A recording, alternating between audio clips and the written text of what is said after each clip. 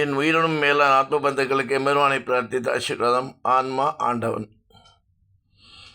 ஆன்மா வேறு இல்லை, ஆண்டவன் வேறு இல்லை. இன்னும் ரெண்டுமே அழிக்க முடியாது. பொதுவாக உருவம் கிடையாதுன்னு சொல்லுவோம் ஆண்டவனுக்கு. என்ன எல்லா பொருளையும் நிறைஞ்சிருக்கான்.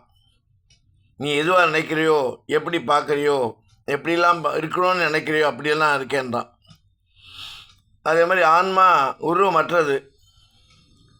ஆன்மாவுக்கு உருவம் கிடையாது. உடம்பே கோவில் மூணுடலே வாசல்னு திருமலை சொன்ன மாதிரி மனம் அது செம்மையானால் மந்திரங்கள் ஜபிக்க தேவையில்லை.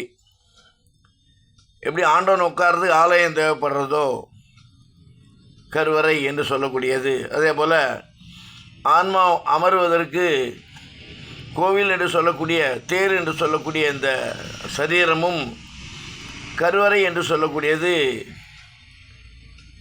ஆன்மா இதயத்துள்ள உட்கார்ந்துருக்குன்னு சொல்லலாம்.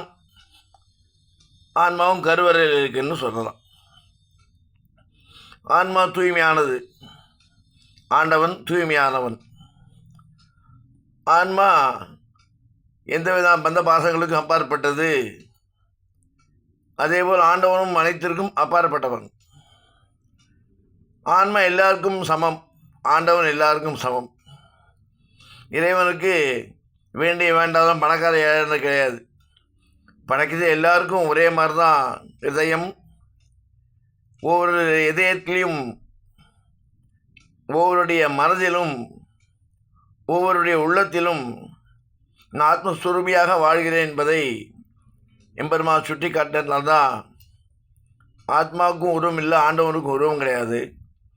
உருவ வழிபாடு கூட நமக்கு ஒரு ஈர்ப்பு ஏற்படுத்தி கொண்டு அதன் மூலம் நாம் வாழ வேண்டும் என்று பெரியோர்களால் வழிகாட்டப்பட்டு வழிநடத்தி கொண்டிருக்கிறார்கள்.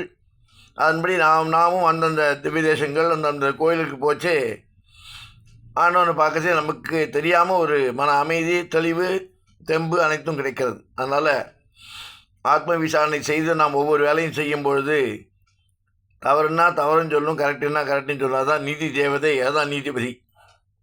உணர்ந்து கொண்டு ஆத்ம விசாரணையோடு ஆத்மா திருப்தியோடு ஆண்டவனை வணங்கி நாமும் நலமாக, நாடும் நலமாக, பலமாக வாழ்வாங்கு வாழ எம்பெருமானை பிரார்த்தித்து ராமானுஜன் திவ்ய திருவடிகளே சரணம்.